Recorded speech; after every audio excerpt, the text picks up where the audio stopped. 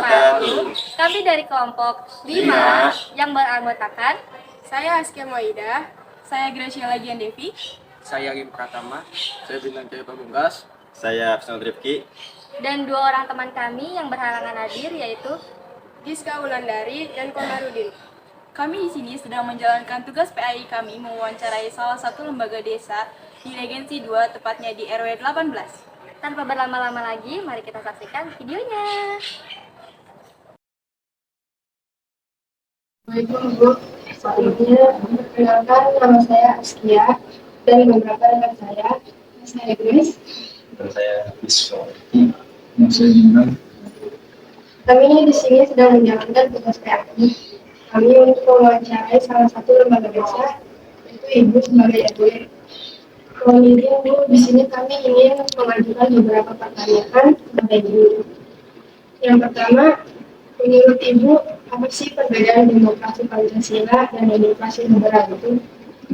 Jadi kalau demokrasi Pancasila itu seorang pemimpin tidak bisa membuat keputusan sendiri, harus dengan musyawarah kemudian dipastikan dengan terpilih. Kalau tidak bisa dicapai dengan mufakat dengan apapun, kemudian kedaulatan tertinggi di tangan rakyat itu demokrasi Pancasila. Nah, kalau liberal itu seorang penguasa yang bisa berikan kebijakan keputusan, kemudian kekuasaan itu dikuasai oleh partai politik yang sangat besar gitu. Kita juga pernah mengalami yang misalnya pemenang pemilu partai politik yang jumlahnya besar, berarti dengan otomatis presiden itu dari partai politik itu yang pemenangnya. Untuk yang kedua, apa yang Ibu ketahui mengenai demokrasi di Indonesia?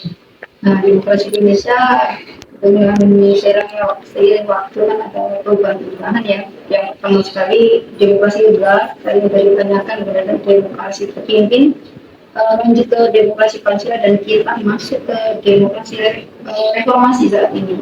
Nah, di era reformasi inilah kita diberi kebebasan untuk menyuarakan pendapat kita terkait demokrasi, dan tentunya kita sebagai warga negara yang baik pun harus ikut berpartisipasi dalam hal menyukseskan demokrasi di Indonesia. Lanjut pada video, kalau untuk contoh kasus yang menunjukkan demokrasi itu seperti apa? Nah, contoh kasus ya demokrasi, contohnya yang paling banyak kita temui itu ketika di kegiatan pemilu, baik itu pemilihan DPRD kabupaten, provinsi, DPR RI, DPD, kemudian juga presiden wakil presiden. Nah, di situ para penyelenggara ketika tidak amanah bisa menyalahgunakan, akhirnya terjadi keributan. Contohnya penggelembungan suara.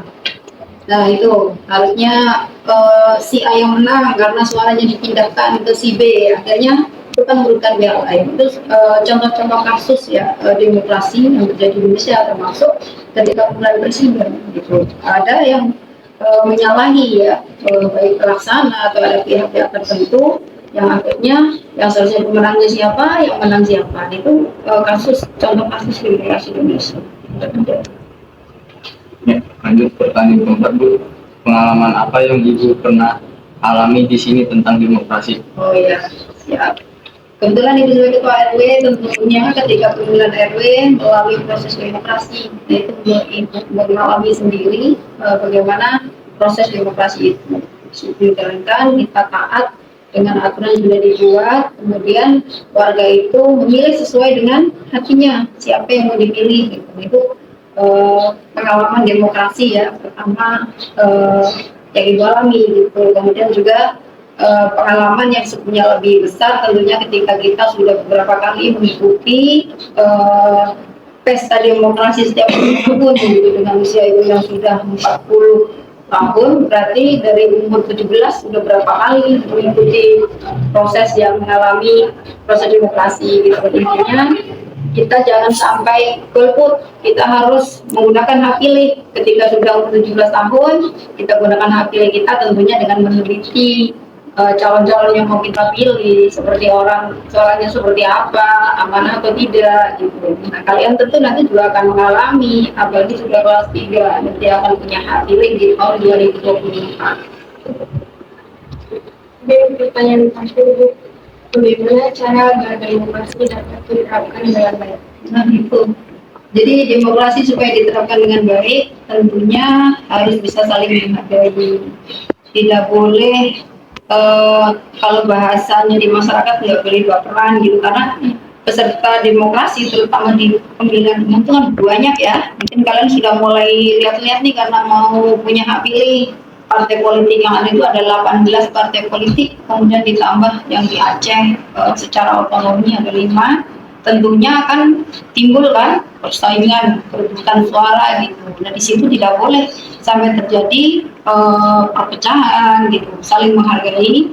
Bahasanya adalah berpolitiklah dengan santun, dan ketika hari pemungutan suara semua tertib ke TPS dengan membawa suara hati masing-masing, jangan karena terpengaruh atau terlebih karena politik uang. Nah, itu sehingga menciderai proses demokrasi itu sendiri.